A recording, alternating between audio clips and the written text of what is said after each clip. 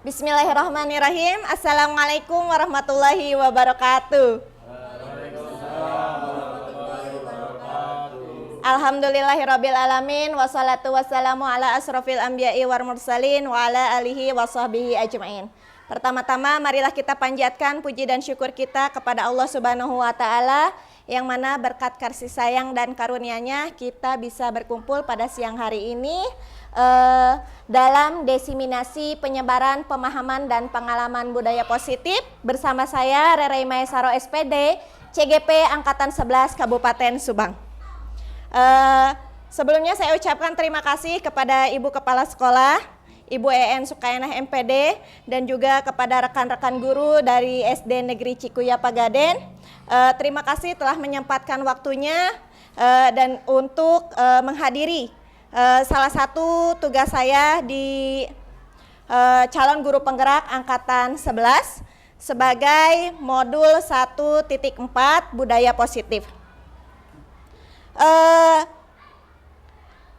Selanjutnya, Pak. Ya. Oke. Sebelumnya kita kan akan membahas tentang apa itu budaya positif. Nah, pertanyaan saya, apa yang Bapak Ibu ketahui tentang budaya positif? Yang Bapak dan Ibu ketahui aja. Boleh, Pak Opik? Budaya positif adalah menurut pemahaman Pak Opik? Ya, baik, Bu. Budaya positif itu budaya yang positif. Ya, yang dilakukan oleh instansi atau sekolah atau siswa terutama dalam melakukan nilai-nilai kebajikan ya. Betul yang sekali. Dipercaya oleh siswa seperti itu, Bu. Baik. Oke, terima kasih Pak Opik, betul sekali pendapatnya. Ada pendapat lain? Pak Aep? Ya, Pak Aep.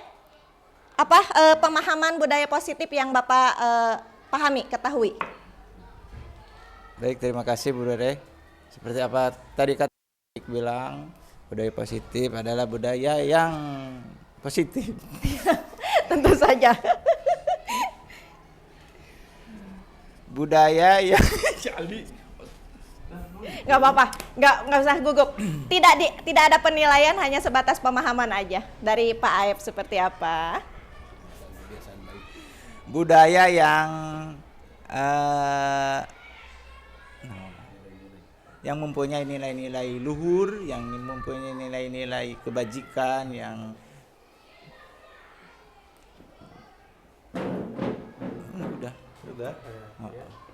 yang harus diterapkan di sekolah kita. Betul sekali. Terima kasih pendapatnya Pak Aep dan juga Pak Opik. Boleh slide selanjutnya, Pak Aldi, minta tolong. Ya, budaya positif benar sekali apa yang dijelaskan oleh Pak Opik dan juga Pak Aep, bahwa budaya positif saya rangkum menjadi seperti ini ya. Budaya positif adalah kumpulan nilai dan praktik yang menciptakan lingkungan yang mendukung dan juga inklusif. Setuju Bapak Ibu? Ya, di sekolah budaya ini mendorong saling menghargai, semangat belajar, interaksi penuh hormat, serta dinilai dengan komunikasi yang baik, disiplin, positif, penghargaan, dukungan emosional, menciptakan suasana aman dan memotivasi. Baik, selanjutnya Bapak. Nah, sebelum kita masuk kepada budaya positif, tentu kita harus memahami dulu nih tentang motivasi perilaku manusia. Ada 3 motivasi perilaku manusia sedikitnya, misalkan dari nomor 1, bagaimana kita berperilaku. Kedua, mengapa kita melakukan segala sesuatu. Lalu yang ketiga adalah apakah kita melakukan sesuatu karena adanya dorongan lingkungan atau adanya dorongan dari orang lain. Selanjutnya, oke, motivasi perilaku manusia. Di sini ada pendapat nih dari Dean Johnson dalam bukunya Restructuring School Discipline yang menyatakan ada 3 motivasi perilaku manusia. Yang pertama yaitu untuk menghindari ketidaknyamanan atau hukuman. Yang kedua itu untuk mendapatkan imbalan atau penghargaan dari orang lain. Dan yang ketiga yaitu untuk menjadi orang yang mereka inginkan dan menghargai diri sendiri dengan nilai-nilai yang mereka percaya. Nah, selanjutnya kita akan masuk ke pembahasan motivasi perilaku manusia secara mendalam. Pak? Nah, untuk menghindari ketidaknyamanan atau hukuman, tingkat terendah dari motivasi perilaku manusia itu ada di poin pertama ya Bapak Ibu, untuk menghindari ketidaknyamanan atau hukuman. Nah, ini tumbuh berdasarkan motivasi eksternal yang ada. Berarti kalau eksternal itu karena hukuman itu kan di luar, bukan dari dalam dirinya sendiri. Biasanya mereka itu cenderung bertanya, apa yang akan terjadi jika saya tidak melakukannya? Nah, hal ini berusaha untuk menghindari masalah yang bisa mempengaruhi mereka secara fisik, psikologis, dan pemenuhan kebutuhan mereka. Misalkan ada salah satu anak yang tidak mau belajar. Anak ini akhirnya mau belajar, kenapa? Karena mereka takut dihukum, seperti itu. Selanjutnya, poin yang kedua, motivasi yang kedua, Bapak. Baik, motivasi yang kedua yaitu untuk mendapatkan imbalan atau penghargaan dari orang lain. Nah, kalau ini tingkatannya lebih baguslah daripada tingkatan yang pertama tadi. Motivasi ini masih termasuk motivasi eksternal. Kenapa? Karena ingin mendapatkan pujian, ingin mendapatkan penghargaan, hadiah. Nah, di sini merekanya biasanya itu akan mengatakan apa yang akan saya dapatkan jika melakukannya. Sebagai contoh lagi, misalkan anak ini itu mau belajar. Kenapa dia mau belajar? Dia mau belajar karena kalau dia belajar nanti dia akan mendapatkan hadiah dari gurunya atau dari orang tuanya. Seperti itu ya. Nah, ini merupakan tingkatan kedua. Ada yang tingkatan lebih bagus lagi Pak selanjutnya? Oke, ini tingkatan yang terbaik. Tingkatan ketiga. Untuk menjadi orang yang mereka inginkan dan menghargai diri sendiri dengan nilai-nilai yang mereka percaya. Kalau motivasi ini tumbuhnya dari dalam diri. Ini adalah motivasi paling terbaik. Mengapa? Dengan orang dengan motivasi ini bertindak berdasarkan nilai-nilai yang mereka yakini dan hargai. Biasanya yang mereka tanyakan itu akan seperti ini. Akan menjadi orang seperti apa saya jika melakukannya? Nah, kalau motivasi ini kan bersifat internal dari dalam diri sendiri. Contohnya, anak yang belajar. Kalau anak yang belajar motivasi pertama itu karena takut hukuman, motivasi yang kedua itu karena ingin mendapatkan hadiah atau pujian. Kalau motivasi ini, anak itu belajar karena dia sadar dengan belajar dia akan mendapatkan pemahaman baru, ilmu baru, seperti itu. Oke, Bapak. Selanjutnya, menurut Bapak Ibu, dari ketiga jenis motivasi yang saya jelaskan tadi, motivasi manakah yang paling banyak mendasari perilaku murid-murid kita di sekolah? Ya Ibu Bapak, kira-kira motivasi yang mana? Pak Aldi?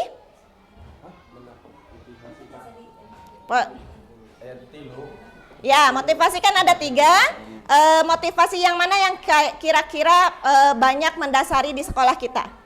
Motivasi karena hukumankah? Apa karena mendapat penghargaan atau atas karena kesadaran dirinya? Oh iya, itu penghargaan. Penghargaan. Boleh dijelaskan Bapak? Ya. Bisa ditambahkan Bu, kalau misalkan melihat dari perilaku siswa yang ada di sekolah kita, tidak semuanya masuk ke dalam motivasi yang paling bagus itu apa tadi teh? Yang ketiga, kesadaran diri. Kesadaran diri. Namun di sini juga siswa masih merasakan karena motivasi yang pertama karena ada hukuman dan sebagainya, hukuman, takut misalkan telat karena dihukum dan sebagainya. Betul. Mungkin masih beragam lah di siswa di kita. Gitu aja Bu. Baik, terima kasih pendapatnya Pak Opik. Betul sekali, Bapak Ibu semua. Yang kita perhatikan ada 3 motivasi di sini. Anak-anak di sekolah kita masih berfokus. Kebanyakan itu motivasi yang pertama. Mereka mau belajar, mau mengerjakan tugas, mengumpulkan segala bentuk tugasnya itu karena takut mendapat hukuman. Jadi belum ada kesadaran dalam dirinya, seperti itu. Selanjutnya Bapak. Ya. Oke. karena tadi sudah ada sedikit ulasan dari Bapak Opik, sekarang tujuan dari disiplin positif itu sendiri nih, diharapkan kita mampu menanamkan motivasi poin ketiga Bapak Ibu. Ya, kenapa? Dengan motivasi intrinsik ini, murid-murid akan berperilaku baik dan konsisten dengan nilai-nilai kebajikan mereka tanpa terpengaruh oleh hukuman dan juga hadiah. Seperti itu ya. Bagaimana caranya? Oke, Pak. Ya. Sebagai seorang guru, nah saat ini kalau tadi kita ngebahas tentang murid, sekarang kita membahas tentang kita pribadi sebagai pendidik. Sebagai seorang guru, saat kita hadir mengajar di kelas tepat waktu, motivasi apa yang mendasari tindakan kita? Nah, ini tidak perlu dijawab secara langsung, tidak perlu, cukup dijawab dalam hati aja ya. Apakah karena kita datang tepat waktu karena tidak ingin ditegur oleh atasan kita dan mendapat surat peringatan? Apa nggak mau nih ditegur sama ibu kepala sekolah kita nih, Bu EN Sukaina? Nah, lalu dipanggil dapat surat peringatan. Atau apakah kita ingin mendapatkan pujian dari atasan kita dan mendapat penghargaan sebagai karyawan atau guru berprestasi atau guru teladan, mendapat pujian. Terus apakah kita ingin menjadi orang yang menghargai waktu, menghargai diri kita sendiri sebagai teladan bagi murid-murid kita karena kita percaya tindakan kita sebagai guru akan dicontoh oleh murid-murid kita. Nah, manakah motivasi yang paling kuat mendasari tindakan kita tersebut? Jawab dalam hati aja cukup ya. Silakan cukup jawab dalam hati. Selanjutnya Bapak Ibu. Nah, sekarang baru ini saya butuh pendapat dari Bapak Ibu semua ya. Bila di sekolah kita tidak ada peraturan yang mengharuskan guru untuk datang tepat waktu dan tidak ada surat teguran, apakah tidak ada yang memuji kita gitu, baik atasan ataupun rekan sejawat, apakah kita akan tetap datang tepat waktu untuk mengajarkan murid-murid kita? Ya. Saya karena di sini ada Ibu Iis ya yang selalu datang paling pagi, paling semangat.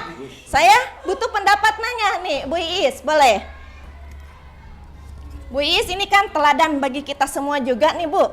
Boleh minta pendapatnya, Bu?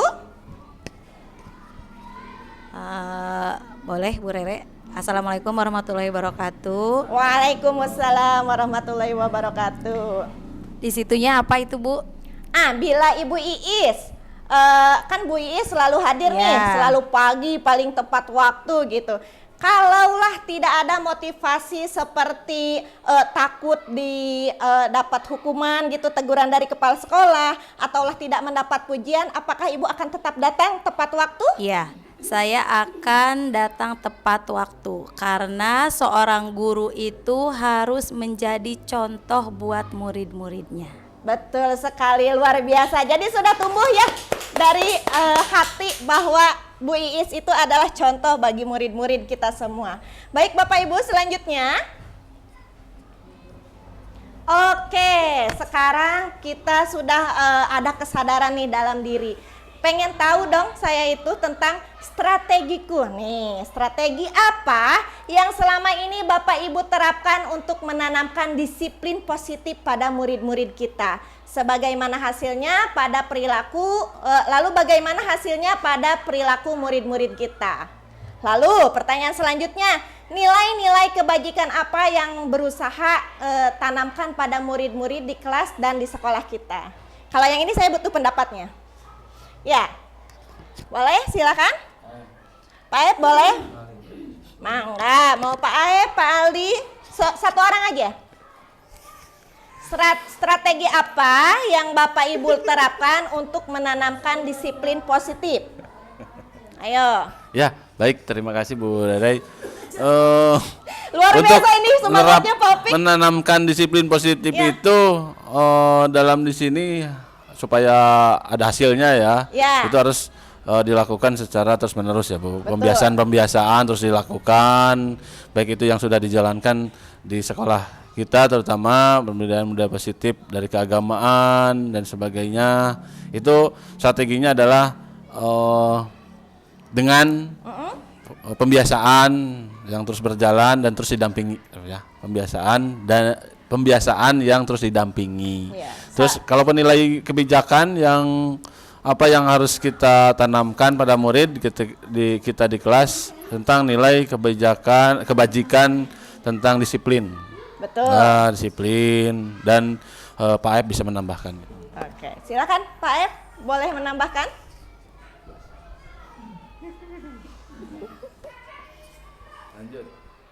Ya, terima kasih Bu Dede. Ya.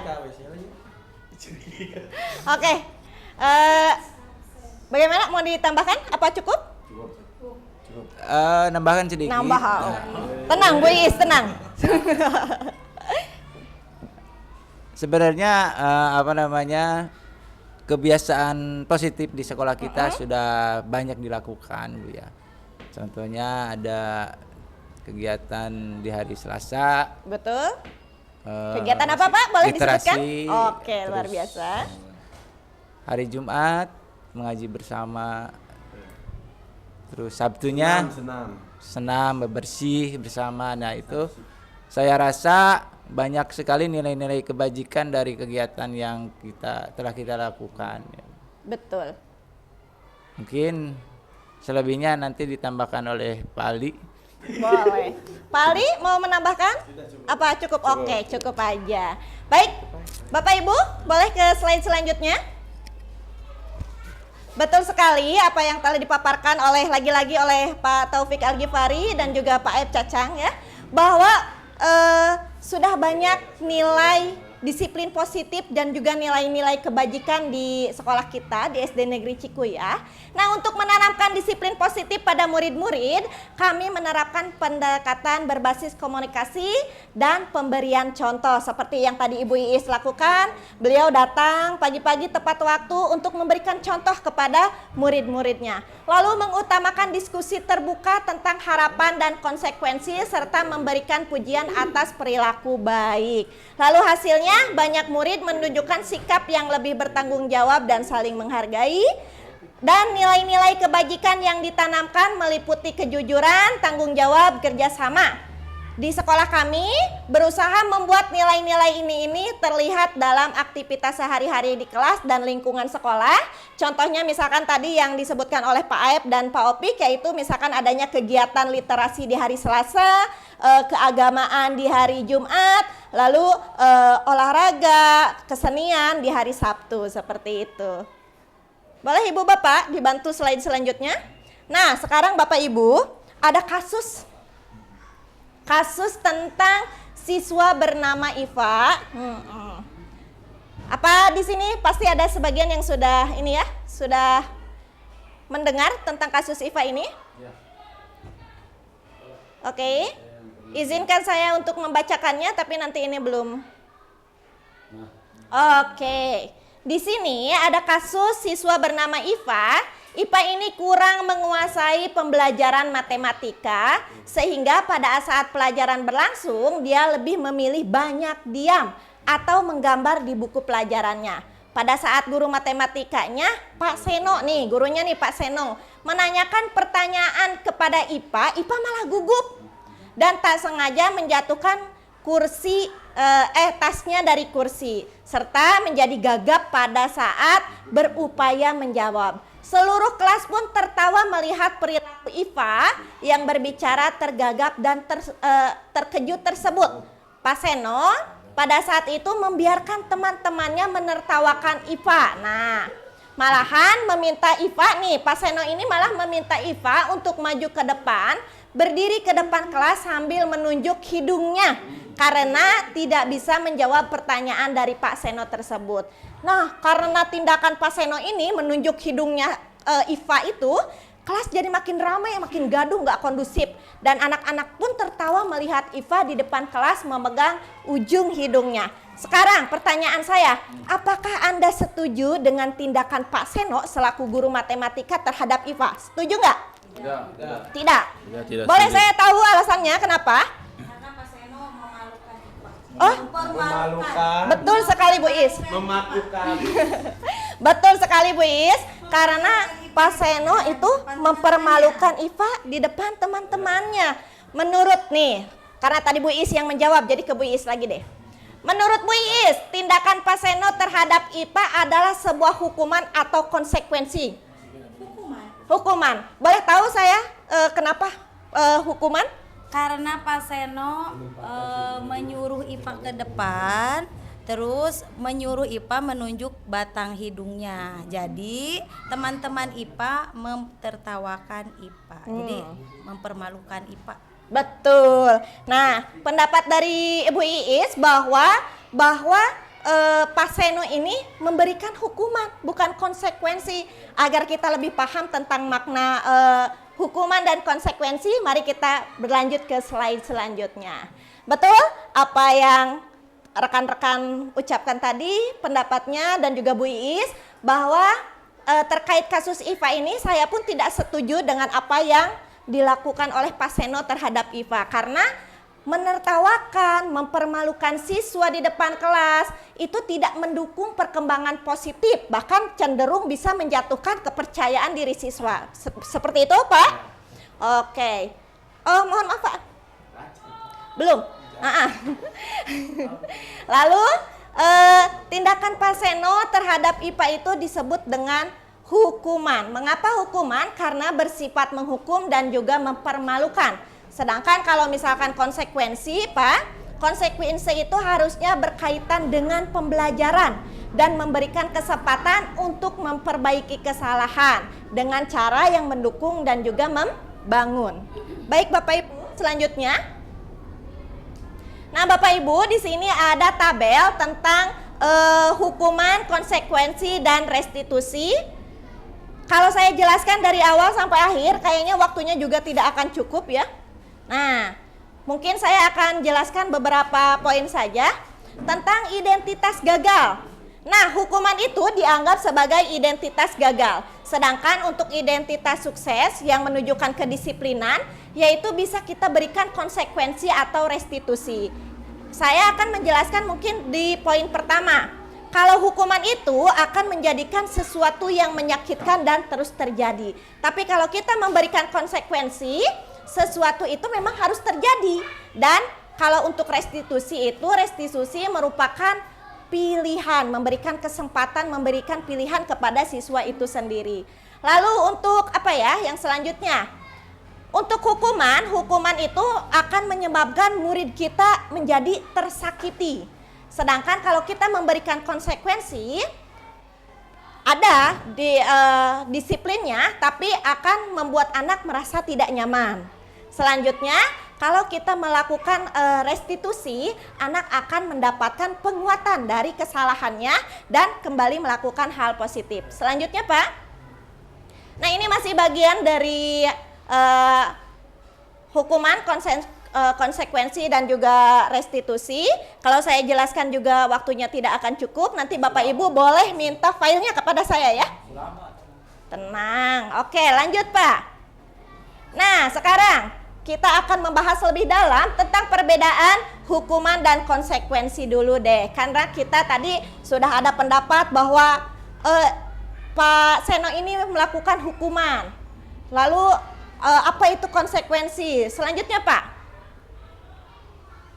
Nah, hukuman itu bersifat tidak terencana dan tiba-tiba, di mana murid tidak tahu apa yang akan terjadi dan tidak dilibatkan dalam prosesnya. Hukuman bersifat satu arah dari guru kepada murid tanpa adanya kesepakatan atau pengarahan sebelumnya atau sesudahnya. Hukuman biasanya berupa fisik atau psikis, menyakiti murid dengan tindakan atau kata-kata. Sebagai contoh, misalkan anak lupa mengerjakan PR. Anak lupa mengerjakan PR, lalu anak dipanggil ke kelas, disuruh angkat kaki sampai 1 jam pelajaran. Nah, itu merupakan hukuman. Tidak ada tindakan selanjutnya seperti itu. Selanjutnya, Pak. Oke, sekarang kalau tadi kita ke hukuman, sekarang kita ke konsekuensi. Di sini ada nih ciri-ciri yang membedakannya konsekuensi dari hukuman. Kalau konsekuensi ini biasanya direncanakan dan disepakati sebelumnya oleh murid dan juga guru, sehingga murid tahu apa yang akan terjadi jika mereka melanggar aturan. Lalu selanjutnya, tujuan utama konsekuensi adalah mendukung pembelajaran dengan cara konstruktif, membantu murid belajar dari kesalahan mereka dan memperbaiki perilaku. Selanjutnya, aturan dan konsekuensi lebih diberitahukan sebelumnya kepada murid dan konsekuensi dirancang untuk memberikan pengalaman belajar yang relevan guna membantu murid memahami dan memperbaiki perilaku mereka. Misalkan kalau konsekuensi ini anak itu menjatuhkan air minum. Nah, anak itu menjatuhkan air minum temannya. Apa yang harus dilakukan? Yang harus dilakukan kalau konsekuensi itu biasanya anak diminta untuk membersihkan minumannya. Anak diminta untuk bertanggung jawab terhadap perbuatannya. Jadi tidak misalkan karena anak menjatuhkan minuman lalu anak suruh keliling lapangan lari, itu salah, itu masuknya hukuman. Tapi kalau konsekuensi anak diminta bertanggung jawab dengan apa yang dia lakukan. Oke, selanjutnya Bapak Ibu. Nah, tadi Bapak Ibu sudah mendengar perbedaan antara hukuman dan konsekuensi. Mohon dijawab ini. Hukuman ataukah konsekuensi? Mencatat 100 kali dalam buku kalimat. Dalam buku kalimat, saya tidak akan terlambat lagi karena terlambat ke sekolah. Ini merupakan saksi atau hukuman? Oke, hukuman. Selanjutnya Pak. Next. Sekarang ini konsekuensi atau hukuman. Lari mengelilingi lapangan basket 2 kali karena terlambat hadir di sekolah. Hukuman. Lanjut. Oke, membersihkan tumpahan air di meja tulis karena tersenggol pada saat belajar. Konsekuensi. Kenapa konsekuensi? Kenapa konsekuensi? Karena ketidaksengajaan. Bertanggung jawab, betul sekali. Selanjutnya, nah, kehilangan 10 menit jam istirahat untuk mengerjakan tugas karena terlambat datang dan tertinggal pelajaran. Itu sanksi atau hukuman? Agak berat nih pertanyaannya ya. Kehilangan 10 menit jam istirahat untuk mengerjakan tugas karena terlambat datang dan betul sekali, konsekuensi. Karena anak harus mempertanggungjawabkan 10 menit yang hilangnya itu karena dia kesiangan itu. Oke, selanjutnya. Terlambat hadir di kelas 15 menit dan diminta untuk tinggal 15 menit sesudah kelas usai untuk membahas ketertinggalan pembelajaran. Masuknya ke? Terlambat hadir di kelas 15 menit dan diminta untuk tinggal 15 menit sesudah kelas usai untuk membahas ketertinggalan pembelajaran. Ayo, terlambat nih Pak. Intinya terlambat.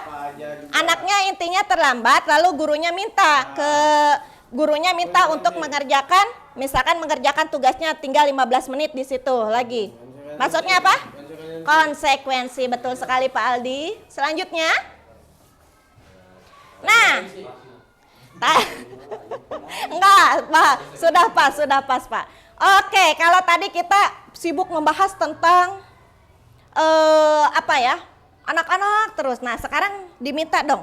Sebagai seorang guru, ketika murid kita melakukan kesalahan, tindakan mana yang akan kita lakukan? Ini mah nggak usah dijawab, Pak. Nggak usah tegang, Pak Opik, tenang aja. Sebagai seorang guru, ketika murid kita melakukan kesalahan, tindakan mana yang akan kita lakukan? Jawab dalam hati aja, boleh. Yang pertama, apakah Bapak Ibu akan menunjukkan kesalahannya dan meminta melihat kesalahannya baik-baik? Selanjutnya, mengatakan kamu seharusnya tahu bagaimana kamu seharusnya bertindak. Oke. Mengingatkan murid Anda akan kesalahan yang sama di waktu sebelumnya. Selanjutnya bertanya pada siswa, Kenapa kamu melakukan sesuatu yang harusnya tidak kamu lakukan? Lalu atau apakah Bapak Ibu akan mengkritik dan mendiamkannya? Silent treatment kayak gitu kalau anak muda zaman sekarang Pak bilangnya. Oke, selanjutnya Bapak. Nah, untuk menghadapi situasi yang tadi sebenarnya kita ada restitusi Bapak Ibu. Apa itu restitusi? Sekedar mengingatkan kembali, restitusi adalah proses kolaboratif antara murid dan guru yang bertujuan untuk membantu murid memperbaiki kesalahan, meningkatkan karakter dan memperkuat hubungan sosial di sekolah. Selain memperbaiki perilaku, restitusi ini juga mendorong murid untuk merenungkan nilai diri mereka, siapa yang mereka inginkan, dan bagaimana seharusnya mereka memperlakukan orang lain. Seperti itu restitusi. Selanjutnya, nih restitusi ini juga merupakan sebuah cara untuk menanamkan disiplin positif pada murid Bapak Ibu. Nah, restitusi memungkinkan murid yang berbuat salah untuk mengevaluasi diri, memperbaiki kesalahan mereka sehingga dapat memulihkan harga diri. Proses ini menguntungkan baik korban maupun pelaku kesalahan. Selanjutnya, ada setidaknya 8 ciri restitusi, betul? Ada yang ingat nggak? 8, banyak Pak, pembahasan kita masih lama. Nih, ciri-ciri restitusi yang membedakannya dengan program disiplin lainnya. Yang pertama itu restitusi bukan untuk menebus kesalahan, namun untuk belajar dari kesalahan. Penjelasannya di sini, dalam restitusi ketika murid berbuat salah, guru tidak mengarahkan untuk menebus kesalahan, namun membantu murid memahami dan belajar dari kesalahan mereka, bukan hanya untuk memperbaiki atau menghapus kesalahan tersebut. Tujuannya kenapa? Agar murid bisa tumbuh dan menjadi lebih baik, bukan sekedar menebus kesalahan dan melupakan apa yang terjadi. Seperti itu ya Bapak Ibu. Sekali lagi, restitusi bukan untuk menebus kesalahan, namun untuk belajar dari kesalahan. Poin selanjutnya Bapak Ibu, yang kedua, ciri restitusi yaitu restitusi memperbaiki hubungan. Restitusi adalah proses yang memperbaiki dan memperkuat hubungan, membantu murid merenungkan siapa mereka, bagaimana mereka ingin diperlakukan. Proses ini mendorong refleksi dan pemulihan, menciptakan lingkungan aman bagi murid untuk jujur dan mengevaluasi dampak tindakan mereka. Setelah refleksi, diharapkan murid dapat memikirkan cara menebus kesalahannya terhadap korban. Seperti itu. Poin yang ketiga, restitusi adalah tawaran bukan paksaan. Restitusi yang dipaksakan bukan restitusi sejati Bapak Ibu, melainkan konsekuensi. Jika guru memaksa murid untuk melakukan restitusi, murid mungkin melakukan hanya untuk menghindari ketidaknyamanan atau hukuman, bukan karena ingin memperbaiki dirinya, bukan karena kesadaran dirinya. Memaksa restitusi bertentangan dengan perkembangan moral yang memerlukan kebebasan untuk memilih. Sebaiknya guru harus menciptakan kondisi di mana murid secara sukarela ingin memperbaiki kesalahan dengan pendekatan dan menawarkan dukungan. Seperti itu Bapak Ibu. Ciri restitusi selanjutnya yaitu, nah, restitusi menuntun untuk melihat ke dalam diri. Dalam restitusi, guru membantu murid menyadari ketidaksesuaian antara tindakan mereka dan keyakinan mereka terhadap diri mereka sendiri. Guru dapat membimbing murid melalui pertanyaan reflektif untuk memahami nilai-nilai mereka dan mendorong pemulihan diri. Tujuannya bukan murid merasa bersalah ya Bapak Ibu kalau dalam restitusi, tapi untuk mendukung mereka dalam belajar dari kesalahan dengan cara yang positif. Ya, ciri restitusi yang kelima yaitu restitusi mencari kebutuhan dasar yang mendasari tindakan. Nih, untuk berpindah dari evaluasi diri ke restitusi diri, murid perlu memahami dampak tindakan mereka pada orang lain dan kebutuhan dasar yang tidak terpenuhi. Oke, guru dapat membantu dengan meminta murid mengenali perasaan mereka seperti kesedihan, menunjukkan kebutuhan kasih sayang, perasaan tertekan, menunjukkan kurangnya kebebasan, rasa takut, menunjukkan ketidaknyamanan dan kebosanan, menunjukkan kurangnya kesenangan. Jadi dalam restitusi kita juga perlu menanyakan perasaan murid-murid kita, apakah dia dalam kondisi senang, apakah dia dalam kondisi tertekan. Jadi hal-hal yang mendasari tindakan perbuatan buruk anak itu apa? Tanyakan perasaannya kenapa gitu awalnya. Selanjutnya Bapak. Nah, selanjutnya yaitu poin ke-6, restitusi fokus pada karakter, bukan tindakan. Dalam restitusi diri, murid belajar tentang penguatan karakter dengan fokus pada perbaikan diri.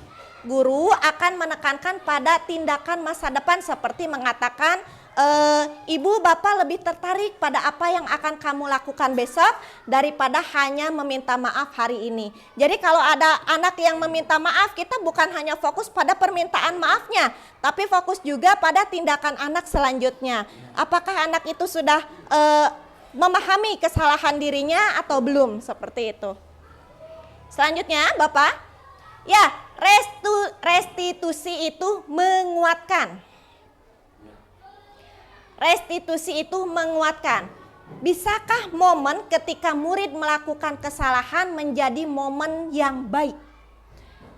Jawabannya tentu bisa, asalkan kita bisa belajar dari kesalahan itu. Apa maksud dari kalimat kita bisa lebih kuat setelah kita belajar dari kesalahan? Lebih kuat di sini maksudnya bukan menekankan perasaan kita yang dalam, bukan. Kuat di sini artinya menyadari apa yang bisa murid ubah dari kesalahannya, dan murid-murid bisa mengubahnya ke jalan yang lebih baik, ke arah yang lebih baik. Guru bisa bertanya, apa yang dapat kamu ubah dari diri kamu sendiri, bagaimana cara kamu berubah, seperti itu. Jadi ketika ada anak melakukan kesalahan, itu bisa jadi momen untuk menguatkan anak tersebut tentang kesalahannya, agar anak itu tidak melakukan kesalahan yang sama lagi, seperti itu. Selanjutnya Pak, kita ada di poin terakhir, restitusi fokus pada solusi.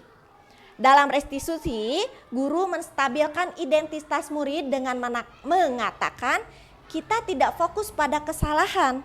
Bapak Ibu guru tidak tertarik untuk mencari siapa yang salah, siapa yang benar.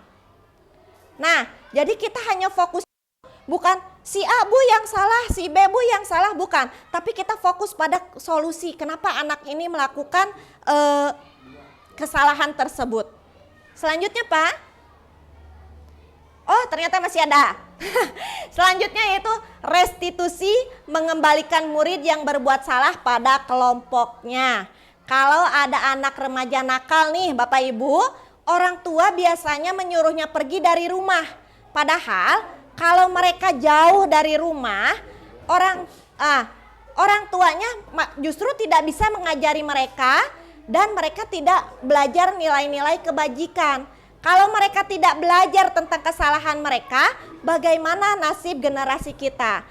Nah, kalau begitu kita harusnya tidak menjauhkan anak-anak yang melakukan kejahatan, kenakalan, tapi kita harus membimbingnya, harus membimbingnya dan mengembalikannya kepada kelompok mereka gitu. Seperti itu ya Bapak Ibu.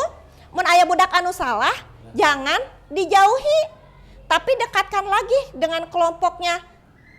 Kembalikan lagi kepada kelompoknya dengan catatan berikan dulu dukungan-dukungan positif hingga anak itu sadar dengan kesalahannya. Seperti itu Bapak Ibu. Selanjutnya, nah untuk menuju restitusi itu sendiri Pak, langkah awalnya yaitu pertama kita harus membentukkan keyakinan sekolah atau pembentukan keyakinan kelas. Nah di sini ada tahapan-tahapannya Ibu Bapak. Untuk membentuk keyakinan kelas, yang pertama kita harus lakukan yaitu mempersilahkan warga sekolah atau murid-murid di sekolah atau kelas kita untuk berpendapat. Sepakat Bapak Ibu? Ya, jadi anak-anak itu pintai pendapatnya. Kayak gimana nih maunya kesepakatan keyakinan kelas kita tuh. Lalu yang kedua, kita catat masukan-masukan dari siswa-siswa kita. Setelah itu, susun keyakinan kelas sesuai prosedur. Ya, sesuai prosedur apa yang menjadi masukan dari anak-anak itu setelah ditulis itu susun. Lalu tinjau kembali daftar curah pendapat yang sudah dicatat, tentunya bersama anak-anak kita. Terus tinjau ulang keyakinan kelas atau sekolah secara bersama-sama. Lalu yang keenam, keyakinan sekolah atau kelas selanjutnya bisa dilekatkan di dinding kelas di tempat yang mudah dilihat semua warga kelas. Kenapa? Karena ketika anak-anak melakukan kesalahan, tinggal kita tanyakan lagi nih di poin 6. Karena sudah direkatkan di dinding kelas. Kira-kira ini perlakuan yang sudah kamu lakukan sudah sesuai belum dengan keyakinan kelas kita atau keyakinan sekolah kita. Kalau misalkan jawabannya belum, nanti ada lagi prosesnya, tindakan yang akan kita lakukan. Ya, selanjutnya Bapak Ibu. Nah, di sini saya berikan beberapa contoh untuk keyakinan kelas. Ada keyakinan kelas 1, keyakinan kelas 5, dan juga keyakinan kelas 7. Mungkin akan sedikit pembahasan tentang keyakinan kelas 1 karena kita di SD ya Bapak Ibu. Untuk keyakinan kelas 1, jadi misalkan contoh keyakinan kelas 1 yaitu setiap anggota kelas perlu belajar. Dalam keyakinan kelas tidak ada kata tidak. Ya, tidak. Tidak boleh menggunakan kata tidak. Jadi langsung aja pakai kata-kata positif, setiap anggota kelas perlu belajar. Lalu setiap anggota kelas perlu senang atau bahagia. Selanjutnya, setiap anggota kelas perlu melakukan tugas. Jadi kalau misalkan ada anak yang tidak melakukan tugasnya, tidak mau mengerjakan tugasnya, tinggal kembalikan lagi ke poin ini. Apakah anak-anak sudah mau melakukan tugas apa belum? Sesuai tidak dengan keyakinan kelas kita. Itu. Lalu setiap anggota kelas perlu saling menghargai. Kalau setiap anak sudah bisa saling menghargai, bisa dipastikan bahwa anak-anak itu tidak akan mudah untuk bertengkar atau berselisih pendapat. Selanjutnya, setiap anggota kelas perlu merasa aman. Kalau kita belajar dengan kondisi aman, pastikan enak ya Bapak Ibu. Oke, selanjutnya Pak, ini hanya contoh aja untuk keyakinan kelas, nanti Bapak Ibu bisa buatkan di kelasnya masing-masing.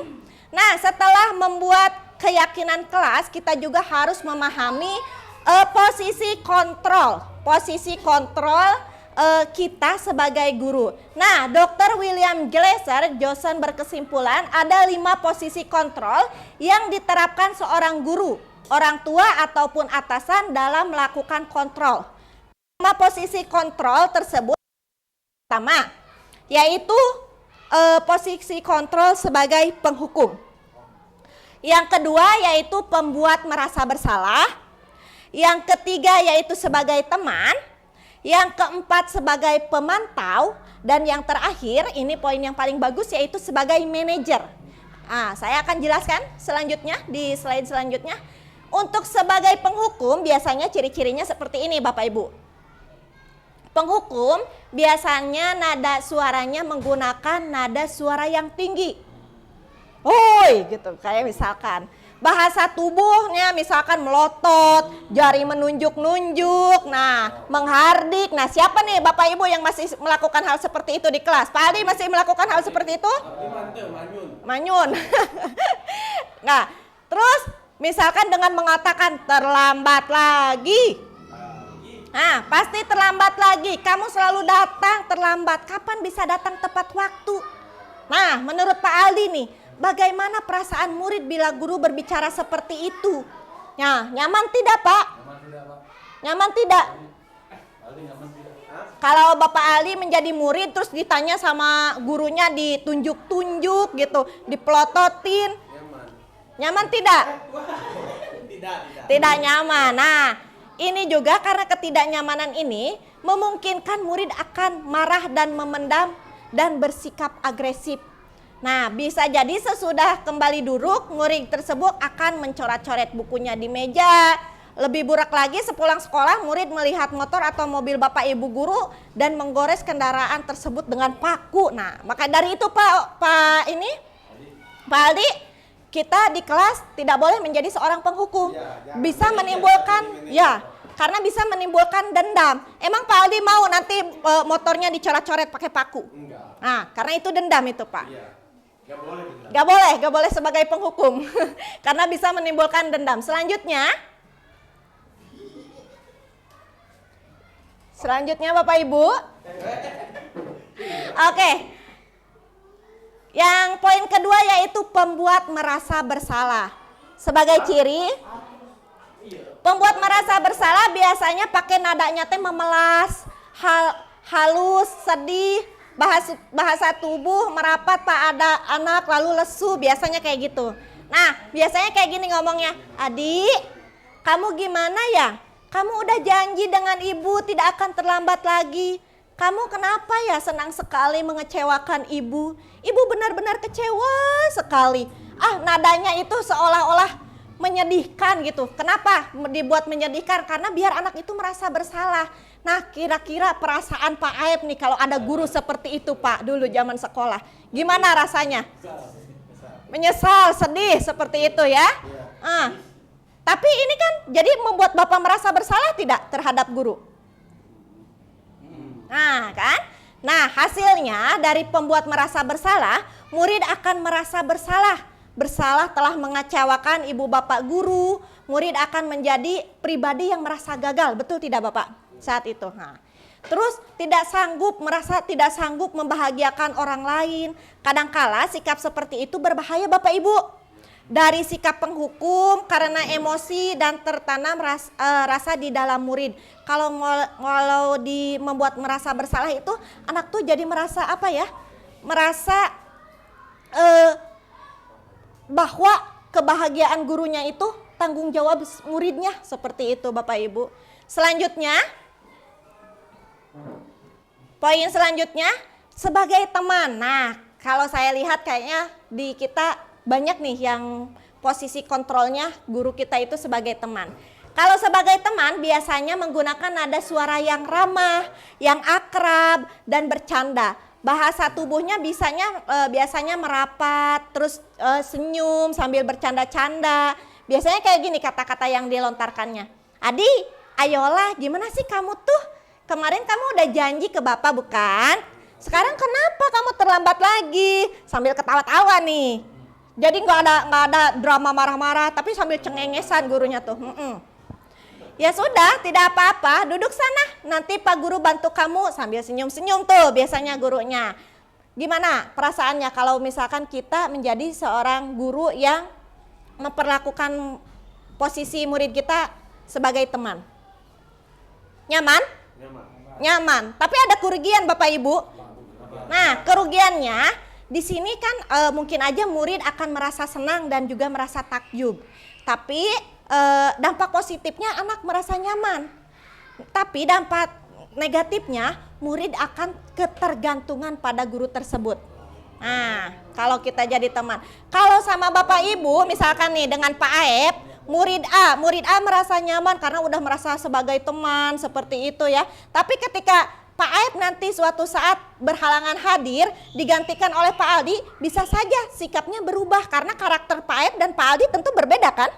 Nah seperti itu, adanya ketergantungan juga nih. Selanjutnya, selanjutnya posisi keempat yaitu sebagai pemantau. Kalau pemantau biasanya nada suaranya itu datar, bahasa tubuhnya juga formal. Contohnya nih percakapannya kayak gini misalkan, "Adi, kamu tahu kan jam berapa kita mulai?"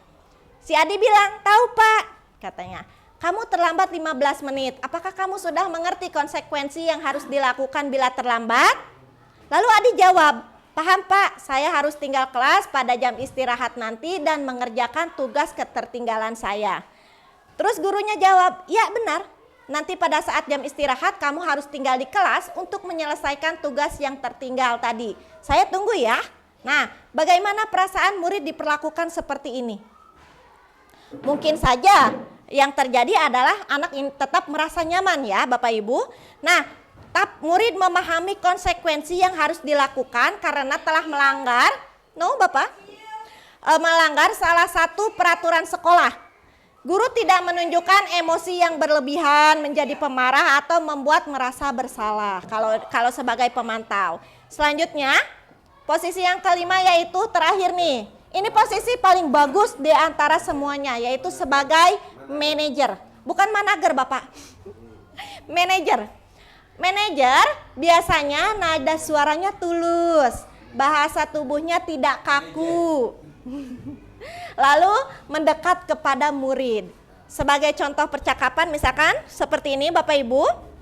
Nah, Adi, apa kamu mengetahui jam berapa sekolah dimulai? Adi bilang, tahu Pak, jam 7. Terus gurunya bilang, ya jadi kamu terlambat, kira-kira bagaimana kamu akan memperbaiki masalah ini? Saya bisa menanyakan teman saya Pak untuk mengerjakan tugas saya yang tertinggal. Di sini saja sudah terlihat anak mulai tumbuh nih tanggung jawabnya. Terus, baik Ibu, baik itu bisa dilakukan.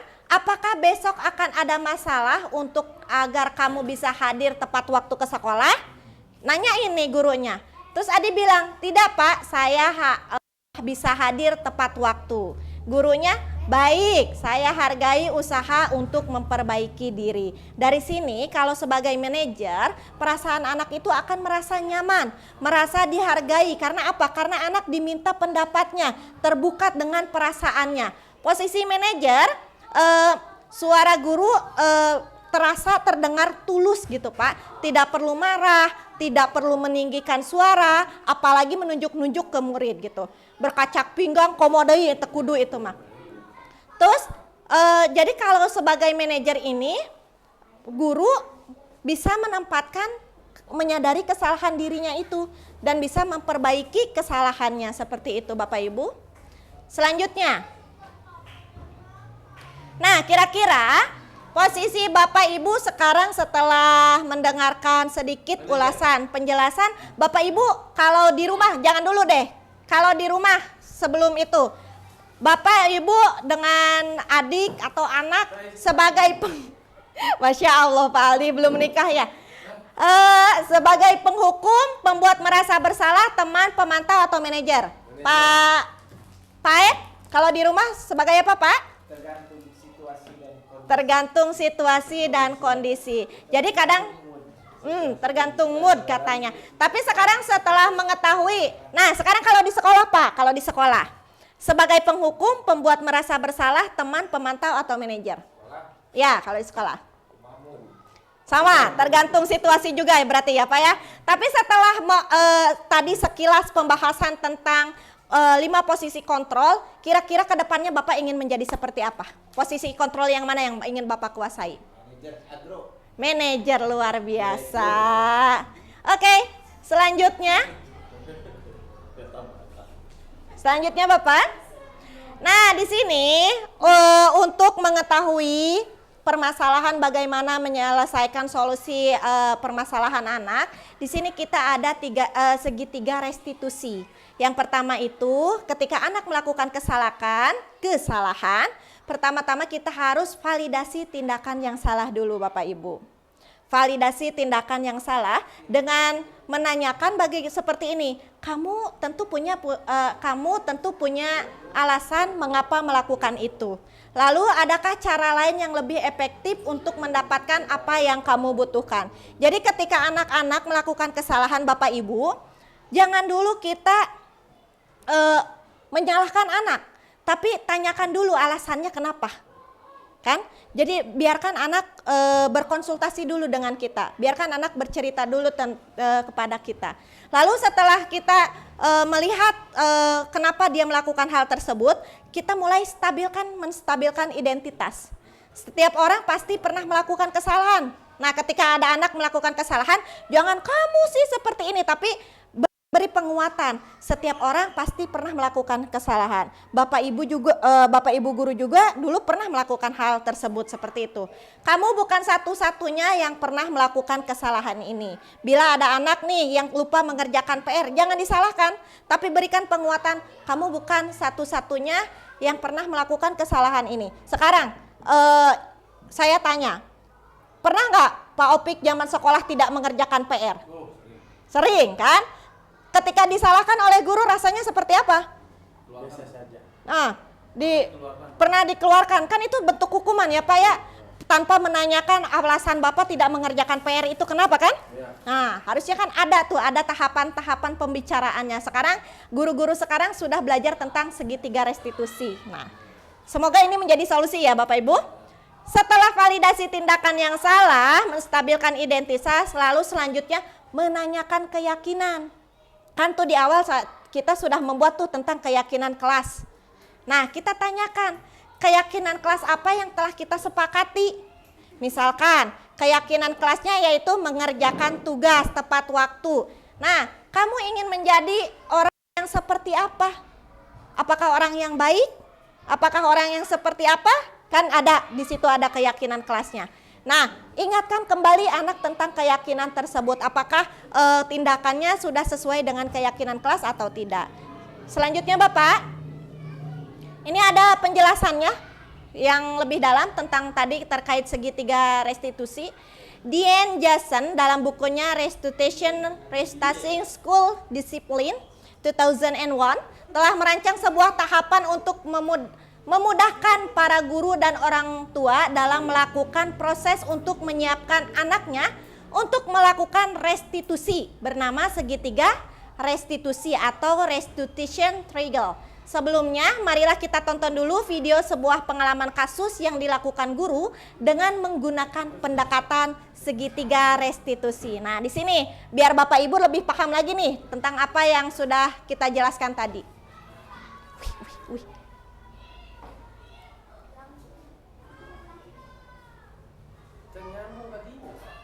Nah,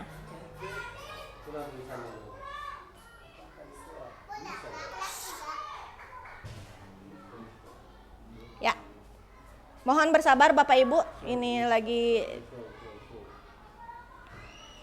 diperbaiki dulu biar terdengar suaranya.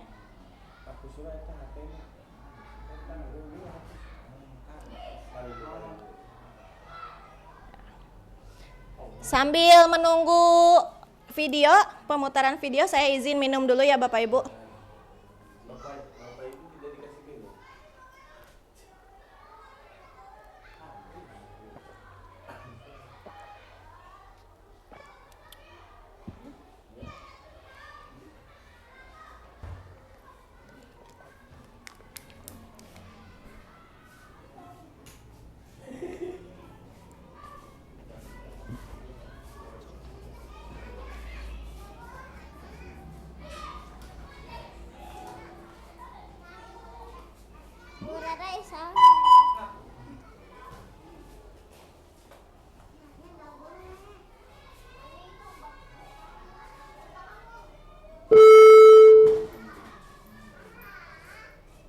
Ya.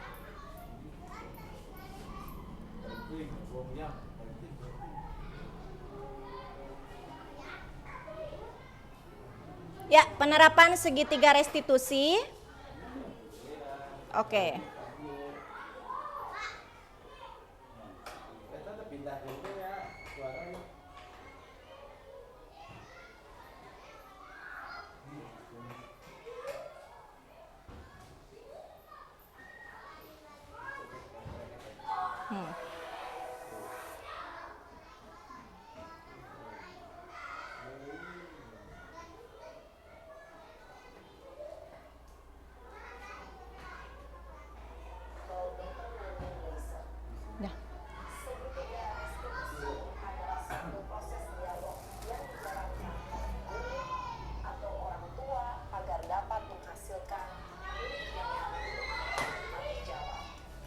Pada saat guru di posisi manajer,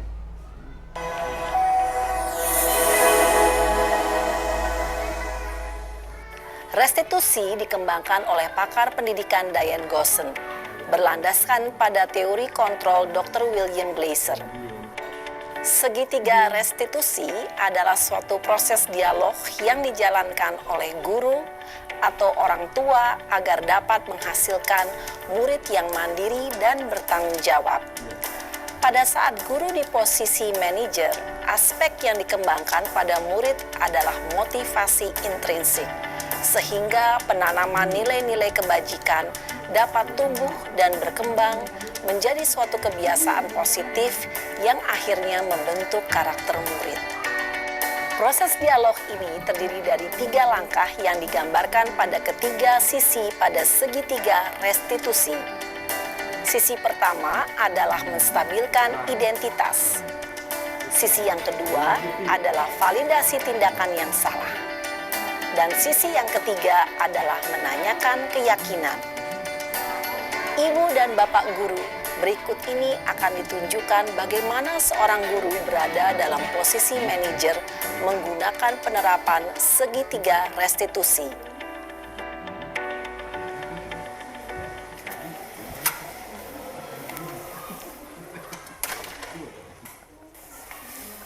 Nah, ini Bapak, Ibu, sebagai contoh penerapan Siang, segitiga Sarah. restitusi Siang, di Pak. kelas. Sudah lama nggak ketemu Sarah? Kenapa hari ini ada di sini? Kesel Pak, kesel banget. Masa aku dikatain tukang fitnah Pak? Ya aku marah lah. Aku balik ngatain Eka di depan kelas. Kesel banget. Oh, begitu. Ya pasti kamu marah dan kesal. Bapak juga akan marah apabila ada yang menuduh Bapak seperti itu. Nah, di sini dalam menstabilkan Kemudian, identitas anak Pada dulu. saat itu, kamu mau Selanjutnya melakukan si apa? Bapak melakukan Ya, saya validasi langsung- tindakan Salah, yang Pak. salah nih terhadap Banget. perasaanmu Saya nih, bentak-bentak dia Sylvia. depan teman-teman lain. Oh, begitu. Pasti kamu melakukan seperti itu karena suatu alasan tertentu, bukan? Iyalah, masa saya diam saja Pak? Ya saya bela diri lah. Masa saya dituduh tukang fitnah? Ya wajarlah. Mempertahankan harga diri itu sesuatu yang penting buat kamu. Untung kamu tidak bertindak lebih gegabah lagi. Oh, ada dukungan nih dari Hanya gurunya membentak-bentak. nih. Iya Pak. Untung saya masih bersabar dan hanya membentak saja. Sudah gemes padahal. Saya pasti bela diri lah. Ya pasti ya. Tapi kamu memilih untuk tetap bertahan dan bersabar. Kamu memilih untuk tidak berbuat lebih parah lagi, bukan? Iya. Nah, sekarang coba kita lihat lagi. Tindakan kamu yang Nah, bentak-bentak Eka sekarang di baru kelas. ke tahap Tindakan kamu menanyakan itu keyakinan. kira-kira sesuai dengan keyakinan kelas atau prinsip kamu tidak? Enggak lah Pak. Capek Pak jadi pemarah. Jadi keyakinan atau prinsip mana yang kurang sesuai dengan keinginan kamu? Ya, saya sebenarnya sangat menghargai orang lain. Mungkin saat itu saya menjadi emosi, jadi tidak menunjukkan sikap itu. Kamu meyakini tidak? Menghargai orang lain itu penting buat kamu. Yakinlah Pak. Iya, setuju. Kita harus saling menghargai. Namun, ada juga keyakinan yang kita sepakati yang perlu kita jalankan apabila kita sedang marah, bukan? Ya, saya bisa lebih proaktif, mulai dengan diri sendiri. Saya bisa jadi lebih bersabar, mengambil waktu jeda untuk berpikir mau apa selanjutnya. Kira-kira kamu bersedia memperbaiki masalah ini tidak? Bersedia, Pak. Kalau kamu memperbaiki masalah ini, kamu akan menjadi orang seperti apa? Saya akan menjadi orang yang bertanggung jawab kali ya, Pak. Dan senantiasa proaktif. Iya, menurut kamu bagaimana rasanya menjadi orang seperti itu? Ya nyaman lah, bangga bisa bersabar dan menahan diri. Baiklah kalau begitu. Yuk kita pikirkan bagaimana memperbaiki masalah ini. Mulai masuk ke tahap ini.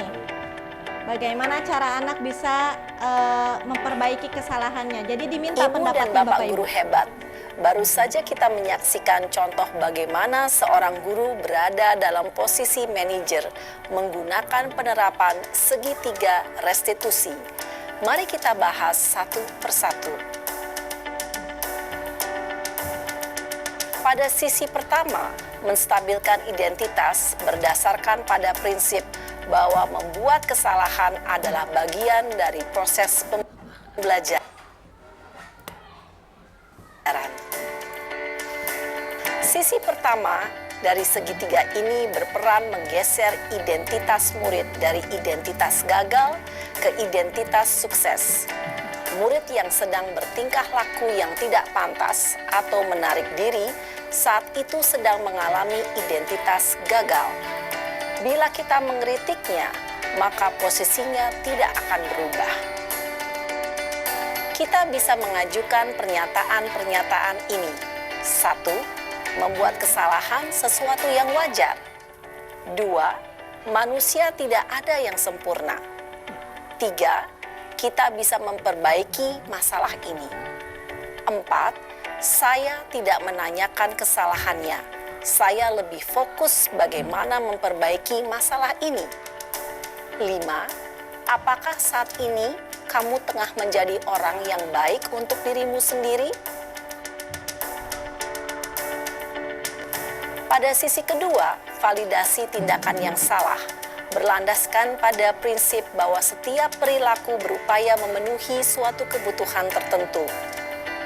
Guru yang telah memahami teori kontrol akan bergeser dari pemikiran stimulus respon menjadi proaktif dan mencoba untuk mengenali tujuan dari perilaku murid, mengenali dan mengakui kebutuhan murid ini dapat memperbaiki hubungan dengan murid tersebut. Pernyataan atau pertanyaan bisa disampaikan dengan nada suara tidak menghakimi atau memojokkan, sehingga dapat mengembalikan murid pada posisi positif. 1. Kamu bisa saja bertindak lebih gegabah lagi dari ini. 2. Kamu bukan melakukannya tanpa suatu alasan tertentu. 3. Kamu melakukannya karena mempertahankan sesuatu yang penting bagimu. 4. Mungkin kamu bisa mempelajari suatu perilaku baru yang lebih efektif.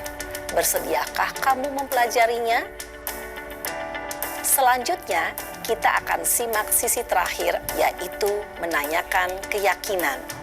Teori kontrol menyatakan bahwa pada dasarnya kita termotivasi secara intrinsik. Pada saat perilaku yang salah telah divalidasi dan identitas sukses telah stabil, maka murid telah siap mengaitkan keyakinan-keyakinannya dengan tindakannya yang sah dan keyakinan-keyakinan yang dianut murid. 3. Seperti apa gambaran sebuah kelas yang ideal bagi kamu? Dalam menerapkan keyakinan-keyakinan yang telah disepakati atau dituju. 2. Kesediaan orang yang melakukan kesalahan untuk memperbaiki masalah. 3. Pemecahan masalah sebisa mungkin relevan atau memiliki hubungan dengan masalah yang ada. 4. Usaha. Perlu adanya suatu usaha. Tanyakan kapan akan mulai diberlakukan usaha untuk memperbaiki masalah. Dengan memahami struktur penerapan segitiga restitusi, diharapkan guru dapat menerapkan posisinya sebagai manajer dengan mengajukan pertanyaan-pertanyaan bermakna yang dapat membuat murid menjadi lebih percaya diri, bertanggung jawab, dan mandiri. Nah, Ibu Bapak Guru perlu tidaknya mengikuti ketiga tahapan dalam segitiga restitusi bergantung pada ringan beratnya suatu permasalahan. Misalnya, bila permasalahan tersebut ringan, maka tidak perlu dijalankan secara berurutan. Bahkan bisa semudah menanyakan, apa keyakinan yang kita sepakati? Dengan menjalankan segitiga restitusi, dengan mengajukan pertanyaan-pertanyaan bermakna, diharapkan murid menjadi lebih kuat. Salam dan bahagia, Ibu Bapak Guru hebat. Oke, Bapak Ibu semua, tadi kita telah melihat pemaparannya juga berupa video tentang segitiga restitusi. Alhamdulillah, terima kasih Bapak Ibu. Di acara hari ini kita telah membahas tentang disiplin positif, lalu strategi yang digunakan, serta serta perbedaan antara hukuman, konsekuensi, dan juga restitusi. Juga tadi kita telah belajar juga tentang pemahaman segitiga restitusi. Jadi langkah terbaik yang bisa kita lakukan sebagai guru yaitu menjadi seorang manajer dalam membimbing anak-anaknya di kelas. Baiklah Bapak Ibu, terima kasih atas waktunya. Semoga apa yang saya paparkan bermanfaat bagi kita semua, terutama untuk saya. Boleh minta izin nggak tentang refleksinya hari ini, tentang kegiatan hari ini?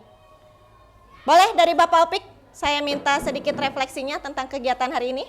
Baik Bu, terima kasih atas waktunya, diberikan kesempatan untuk merefleksikan kegiatan diseminasi terkait budaya positif. Betul. Ini sangat baik ya Bu, untuk bisa diterapkan di sekolah, juga diterapkan di kelasnya masing-masing, juga mengingatkan kembali kepada kita sebagai tugas sebagai guru untuk memberikan tadi yang sudah dijelaskan oleh Ibu tentang pentingnya restitusi dan pentingnya posisi kita sebagai guru menjadi posisi sebagai manajer.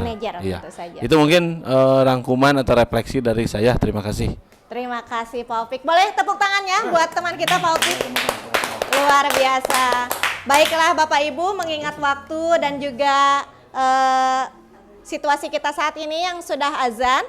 Terima kasih Bapak Ibu semuanya atas kehadirannya. Semoga apa yang saya paparkan bermanfaat untuk kita semua. Akhirul kalam, wassalamualaikum warahmatullahi wabarakatuh.